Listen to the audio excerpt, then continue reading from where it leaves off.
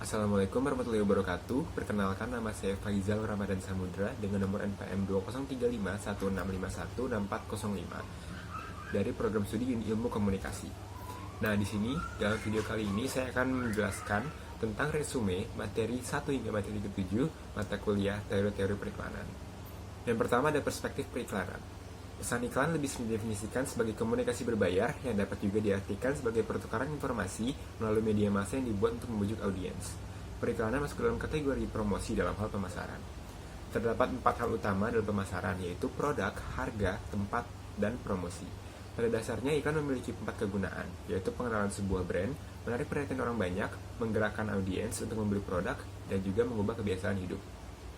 Materi yang kedua ada periklanan komunikasi. Menurut Nandan Weber, terdapat 4 variabel dalam periklanan, yaitu skeptisme konsumen, pengulangan, koordinasi pesan, dan kekacauan. Sikap skeptisme konsumen cenderung didukung oleh nilai-nilai budaya yang dialami. Contohnya, konsumen Amerika Serikat cenderung lebih skeptis dibandingkan dengan konsumen di negara Asia Timur. Pengulangan dapat membentuk pemikiran terus berkembang dan menanamkan nilai serta emosi dalam benak konsumen. Koordinasi pesan tidak kalah penting dalam variabel pengulangannya. Keduanya menyoroti perbedaan utama antara melihat iklan sebagai sebuah kesatuan dan melihat iklan sebagai sebuah kampanye yang berkelanjutan. Iklan berfokus pada kampanye berkelanjutan daripada hanya sebuah pesan untuk disampaikan. Variabel terakhir yang membedakan periklanan dengan komunikasi adalah clutter atau kekacauan. Kekacauan dapat didefinisikan sebagai jumlah ruang iklan dalam sebuah media. Efek kekacauan ini menciptakan informasi yang berlebihan. Periklanan juga merupakan alat persuasi, di mana periklanan menggerakkan konsumen untuk tertarik dengan produk yang diiklankan. Beberapa konsumen memiliki brand favorit tersendiri dan akan dibeli terus-menerus oleh konsumen tersebut. Tujuan utama periklanan adalah untuk menarik perhatian. Kebanyakan iklan hanya berfokus pada memori ekspresif konsumen. Memori ekspresif sendiri merupakan memori dalam ingatan sadar dan disengaja. Sementara itu, implisit adalah memori yang berkaitan dengan ketidaksadaran dan merujuk pada ingatan yang terjadi tanpa usaha atau bawah sadar. Materi yang ketiga ada teori dan praktisi periklanan. Menurut Weik terdapat 8 kelompok antara akademis dan praktisi. Yang pertama ada koresponden. There is nothing so practical as good as a theory. Gagasan ini membuktikan bahwa pengetahuan teoritis dapat diterapkan untuk praktik. Lalu yang kedua ada complementary. Teori dan praktisi dianggap sebagai dua domain yang pemahamannya membutuhkan keduanya. Yang ketiga ada incommensurable. Teori dan praktik adalah sesuatu yang tidak bertentangan dan keduanya tidak dapat diterjemahkan ke artian satu sama lain. Lalu ada coordinate. Teori praktisi bersifat implisit dan spesifik, sementara teori akademis bersifat implisit dan umum. Lalu ada paralel, di mana akademis dapat diselaraskan dengan kebutuhan praktisi jika beberapa kriteria tertentu terpenuhi dalam penelitian akademis. Lalu ada reciprocal. Aplikasi teori ke praktik timbal balik, yaitu penyesuaian timbal balik yang berulang dapat berpengaruh pada keselarasan. Lalu ada conceptually equivalent. Baik praktisi maupun teori bekerja dengan paradigma yang setara.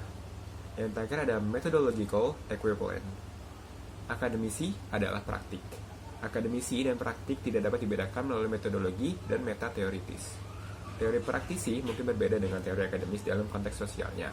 Teori praktisi memiliki kehidupan sosial yang lebih kuat dan cepat dibandingkan teori akademis. Materi keempat ada elaboration likelihood model. Diperkenalkan oleh psikolog sosial Richard Perry dan John Kekiopo. HLM menyatakan bahwa setiap orang memiliki caranya sendiri dalam memproses sebuah pesan persuasif. HLM mengemukakan 2 cara yang digunakan seseorang untuk memproses informasi, yaitu melalui jalur pusat atau central route dan jalur peripheral atau peripheral route. HLM menjelaskan bahwa sebuah variabel dapat memainkan banyak peran dalam proses persuasi. Dalam HLM, motivasi memegang peranan penting untuk memproses informasi. Dengan termotivasi, maka penerima pesan dapat menerima pesan tersebut dengan baik dan masuk dalam jalur pusat. Orang dengan jalur peripheral cenderung tidak termotivasi dan menganggap bahwa pesan yang diterima tidak begitu penting bagi perkembangan dirinya. Variabel yang digunakan dalam ALM adalah kegigihan dan perlawanan, pembingkaian pesan, sumber, penerima, dan saluran. Materi kelima ada the role of emotions in processing advertising. Pemrosesan secara sadar melibatkan penggunaan memori deklaratif, sementara itu pemrosesan tidak sadar melibatkan memori non-deklaratif. Emosi dianggap sebagai bagian dari memori non-deklaratif. Yang termasuk memori deklaratif adalah fakta, asumsi, peristiwa, dan juga hal-hal yang dibawa secara sadar. Sementara itu, ingatan non-deklaratif berasal dari pengalaman, namun tidak dapat diekspresikan dalam bentuk ingatan sadar. Memori non-deklaratif biasanya tidak dapat diakses pikiran sadar. Memori dan rasa emosional terdapat pada amigdala manusia. Amigdala adalah bagian otak yang berkaitan dengan proses emosional. Amigdala terletak di globus temporal medial, tepat di depan hipokampus. Winston dan Dulan menjelaskan, the human amygdala is crucial locus in associating stimuli with their appropriate emotional value, atau dapat diartikan bahwa amigdala merupakan bagian penting dari diri manusia. Emosi melibatkan motivasi, di mana perubahan motivasi dan proses penilaian dipicu oleh emosi. Emosi adalah bagian penting dari pengambilan keputusan yang rasional. Semua iklan bersifat emosional, di mana sikap emosional ini dapat dengan cepat dideteksi melalui perhatian selektif. Pemrosesan iklan juga berkaitan dengan motivasi. Jika iklan memiliki motivasi, secara tidak langsung, respon emosional akan bergerak. Contohnya di dalam iklan pasta gigi yang mengatakan memutihkan gigi. Tagline ini mencerminkan motivasi negatif dan menghilang masalah. Respon emosional yang ditimbulkan secara tidak langsung mengkaitkan bahwa gigi yang putih dapat memecahkan masalah. Materi kelima ada involvement. Keterlibatan menjadi jalan penting periklanan yang berhasil. Keterlibatan audiens dalam pesan iklan dibuktikan dengan kesadaran pemirsa yang menjembatani pesan tersebut dengan kehidupan pribadinya secara sadar. Keputusan pembelian dapat memiliki aspek rasional dan emosional yang penting bagi tiap individu. Dengan demikian, keputusan pembelian dapat melibatkan rasionalitas yang melibatkan emosi atau perasaan. Setiap jenis keterlibatan menyarankan strategi pesan yang berbeda dan juga daya tarik produk. Contohnya adalah asuransi jiwa yang memiliki keterlibatan atau pemikiran pembelian yang tinggi, parfum yang memiliki keterlibatan dan perasaan yang tinggi.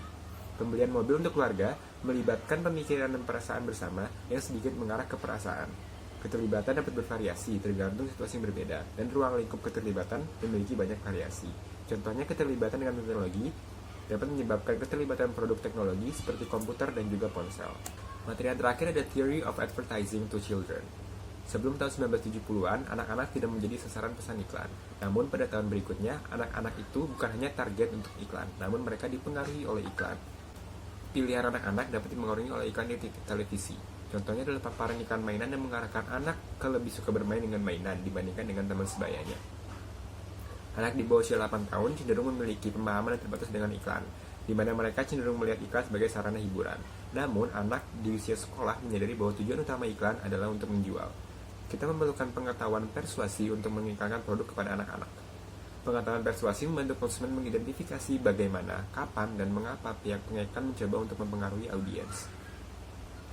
Pengembangan pengetahuan persuasi dapat memberikan anak-anak pertahanan kognitif yang memungkinkan mereka menjadi diskriminatif terhadap iklan yang diiklankan. Pengembangan pengetahuan persuasi akan dimanifestasikan dalam penggunaan pertahanan kognitif anak. Keluarga adalah agen pengaruh yang kuat untuk anak. Teman sebaya juga dapat menjadi agen sosialisasi yang baik. Hal ini lebih dekat dengan kasus remaja di mana sangat rentan. Berikut penjelasan resume saya dari materi 1 hingga materi 7 untuk mata kuliah teori periklanan. Jika ada kekurangan saya mohon maaf. Wabillahi taufiq wal hidayah. Wassalamualaikum warahmatullahi wabarakatuh.